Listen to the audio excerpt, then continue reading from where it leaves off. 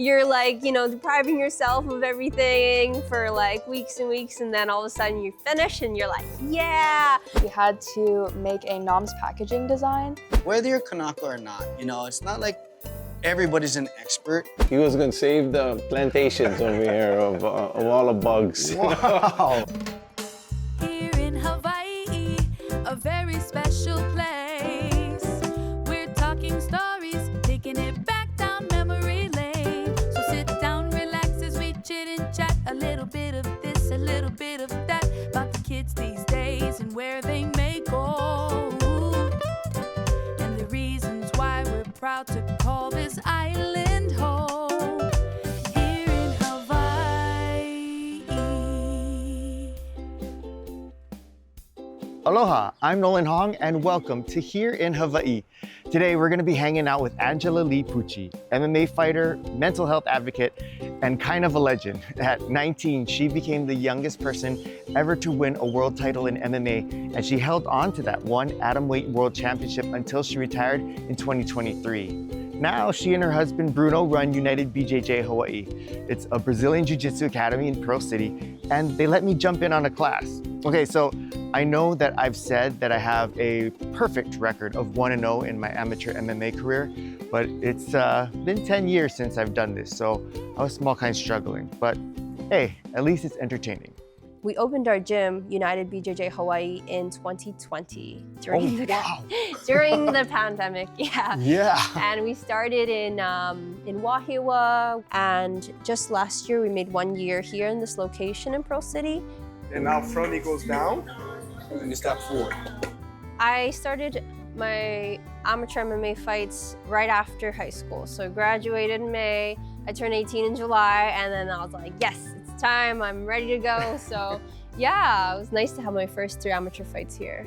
Did you always expect that's what you were gonna do, was be a professional fighter? Pretty much my last 2 years of high school was when I was pretty sure I wanted to continue competing, and honestly I just really wanted to do it for the traveling aspect. I really love traveling, and when I was competing as a youth and an amateur, I went to a bunch of national competitions and world competitions, and got a chance to fly to Greece, and experiencing that as a teenager opened up my eyes and was like, wow, how cool would it be to be able to fly places and still do what I love to do, which is compete.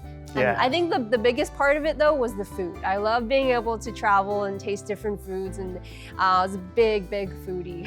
How do you do that? Because I know that part of competing and fighting is making sure you're at certain weights and stuff. Mm-hmm. So how do you still balance the two, getting to experience the foods and be disciplined? Right. I would just be like, oh. It was definitely one of the hardest parts, hands down, and there was no balance. It was very much like you're depriving yourself of everything for weeks and weeks, and then all of a sudden you finish and you're like, yeah, I get to check off everything on my list that I was wanting to eat. And looking back, it's funny, yeah, but it was not normal. It was bad. Both knees, right? Yep. And then I'm gonna use outside leg pinch. Your top knee? Mm-hmm. Top knee? Your left knee? Oh, left knee? Mm-hmm. I thought it would be like riding a bike, where once you get on, you remember.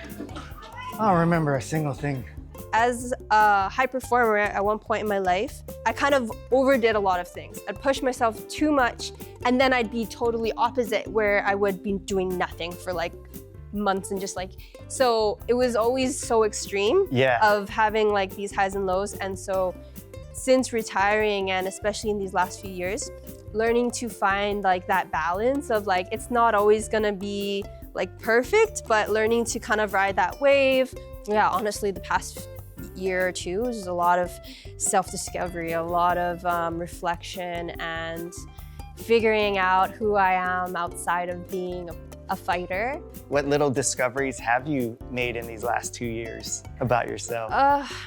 Allowing myself to lower that standard of always needing to be good or the best at something. Yeah. We just recently started going with our friends to the driving range. And I do not know how to golf at all. I've never, and I always be so intimidated. I'm like the last one to step up because I'm like, oh, I know I'm just gonna miss or I'm gonna hit it all wrong. So like little practices like that where learning to like let my guard down and just be like, don't care, like nobody cares. So just like get over it. And we did that with golf, we did that with surfing. And yeah, just learning to find other hobbies outside of just martial arts. You should have other areas where you can de-stress and just like, you know, enjoy and whatever that may be, you know, different activities for different people.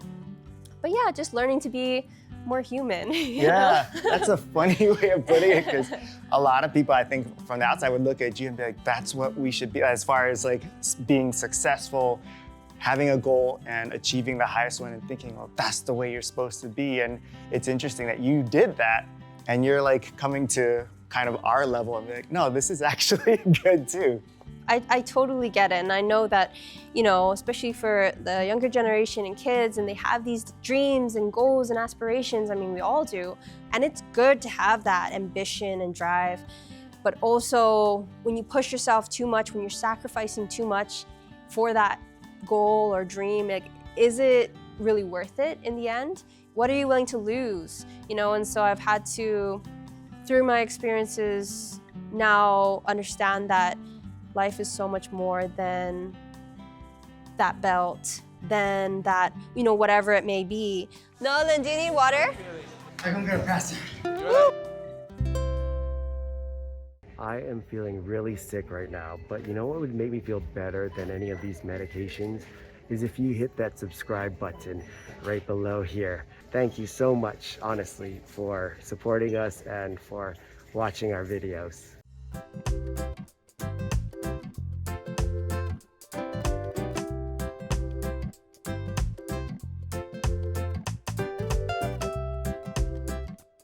Coming up, Angela shares about her mental health nonprofit Fightstory. But first, let's meet Caitlin, a talented young artist and a student in the graphics digital design program at Mauna Loa High School. So you've had stuff that you've designed printed on shirts and stuff? Yes, some shirts that I've done prior was the news writing shirt, the swim team shirt for this year, the water polo shirts for last year. How cool is it that when you're walking around campus and you see... Oh yeah, I see that. I get so happy. The first time I saw someone like wearing it that wasn't like for the assembly day, I was so happy, like just seeing them like wear it on their own free will. I was like, yes. This is for the Clarence C.C. Ching project. The prompt was Malama Hawaii, where it's pretty much like helping Hawaii's environment, you know, and stuff like that. I decided to make trash like in, what's it called? Information of the Hawaiian Islands. That's right, I did. And there's a person picking it up.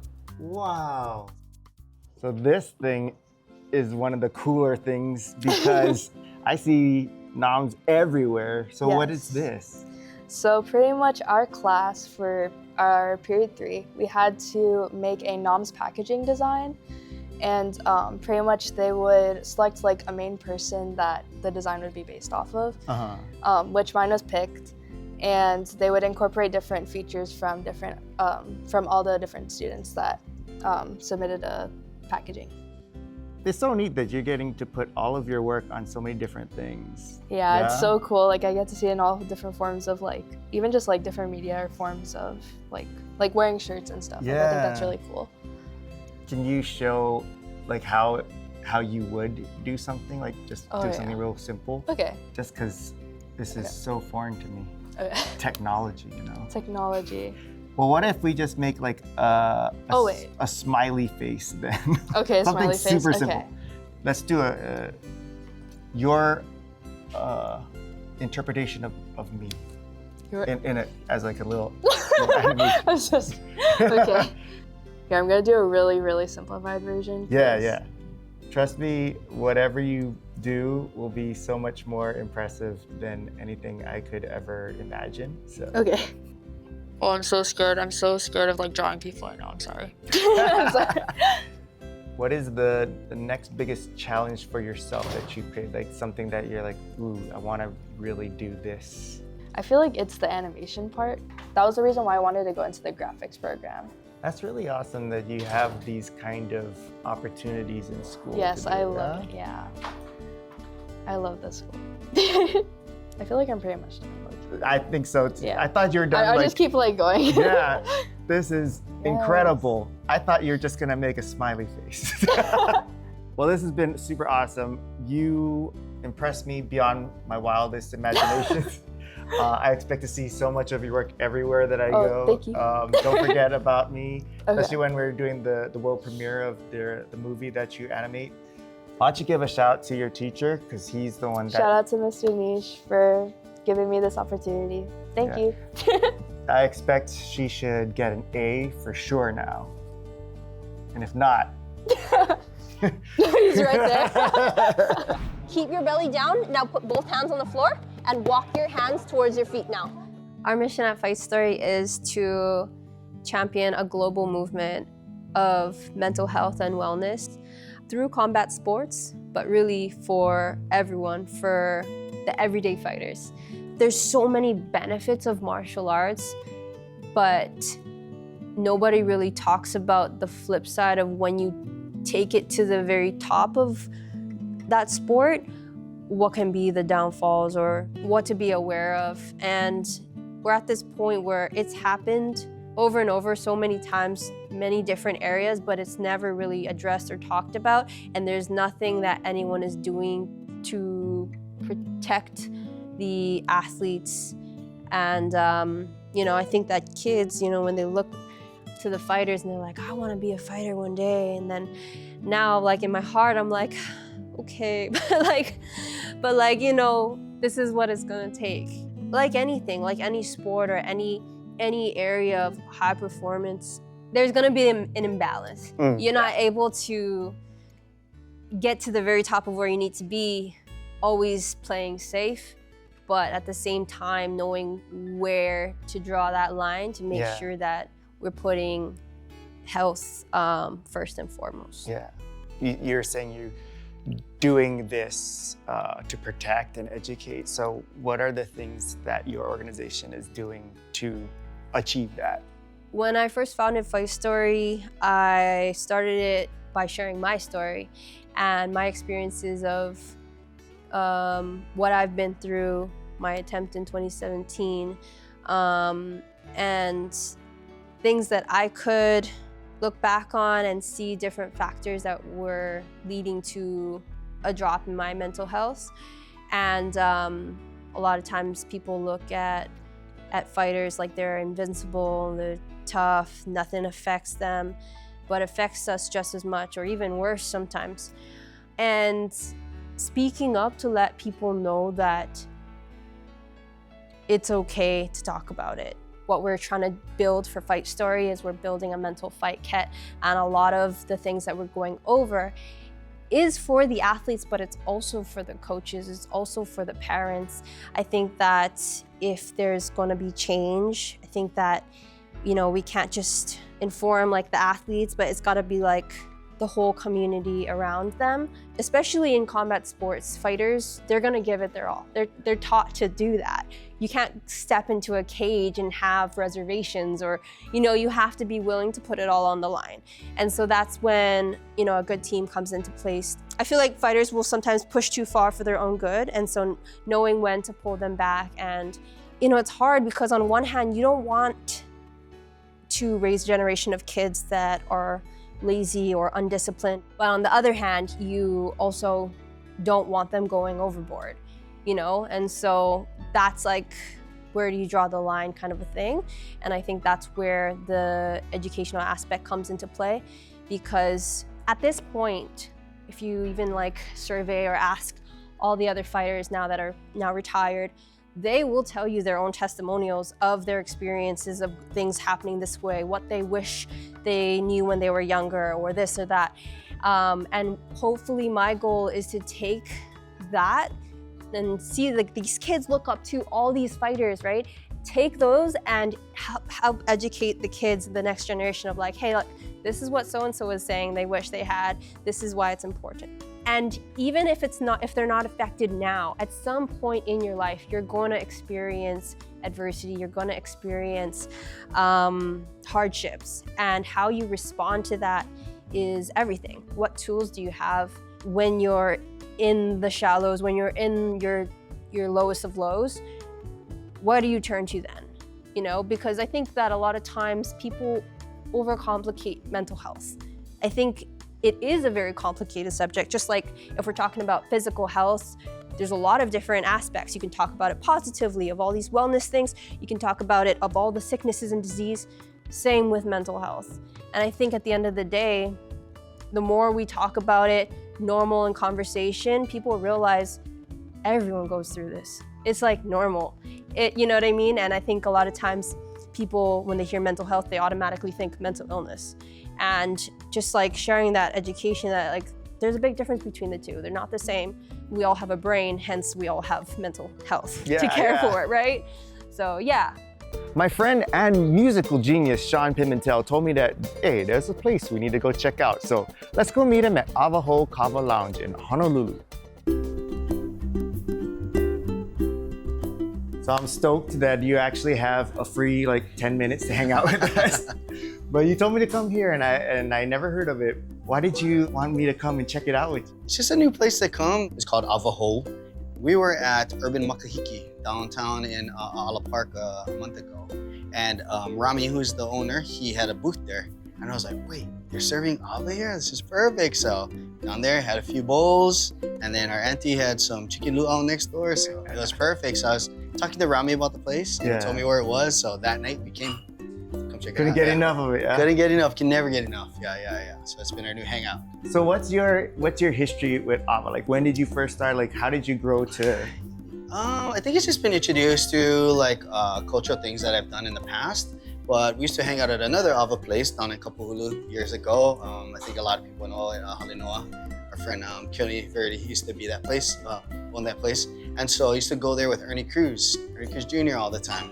We were there almost every day. After Sandy's, we'd hang out over there. Wow. Like strum a few tunes, have a few bowls, and hang out over there. And it just became such a great like sort of lifestyle because it's healthier for you. It's better than drinking alcohol. And I don't know, I feel better. Yeah.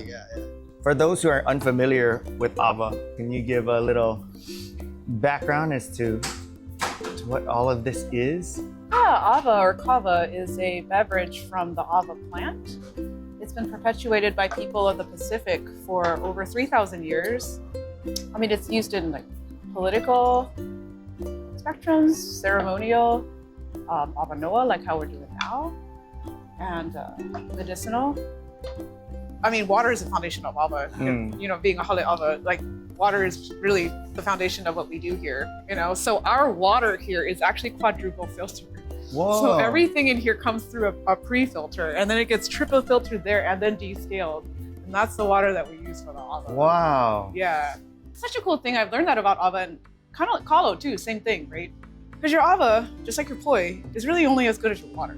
You can have like the best ava, you can have the best kalos, just like like epic horns, you know, epic roots. You get like yucky water. It's funny. Yeah. You know what I mean? I mean, that's for everything. Food, yeah, ole kawai, right? Yeah, ole kawai, right. For sure. But yes, so it's a little different than tea in the sense that it's not steeped. Like you have to physically manipulate the material to get the kava lactones out. Yeah. Like a lomi kind of. And and there's many, many ways people do it. Everyone's got their own ways, and that's awesome. But like, so you guys don't chew it and spit it over here? No, I've actually been wanting, One day. I think like everything cultural now, especially language, like we're trying to encourage people, whether you're Kanaka or not. You know, it's not like everybody's an expert. We're not the language police. We're not the ava police, so let's just come and partake of it, and then we'll learn more about it and we'll be more encouraged to teach. And that's the best way to learn is when you want to teach other people, right? And learn this knowledge, this ike. So I want to encourage people to like, hey, try it, come and visit, come and hang out, bring friends, maybe bring some people that have gone before, don't be shame. I think you have to, and leave your shame outside, like hula, like they say that, you know, when you come into these spaces, maybe not necessarily this kind of space, but you know, well, let's create a space so that you're not ashamed to be a part of it, you know. And then it teaches you that no matter where you go in this world, as crazy as this world is right now, you can create that space wherever you go, you know, and be in that zen, be in your air wherever you go.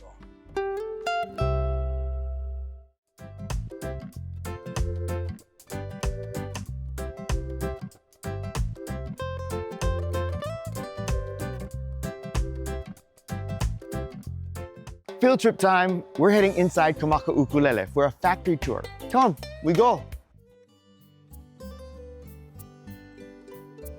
My name is Chris Kamaka. My grandfather started the company back in 1916. The ukulele always fascinated him, and he started building in his garage for family and friends in Kaimoki, where he lived. Was this something that your grandfather did for his whole life, or was he doing something career-wise before?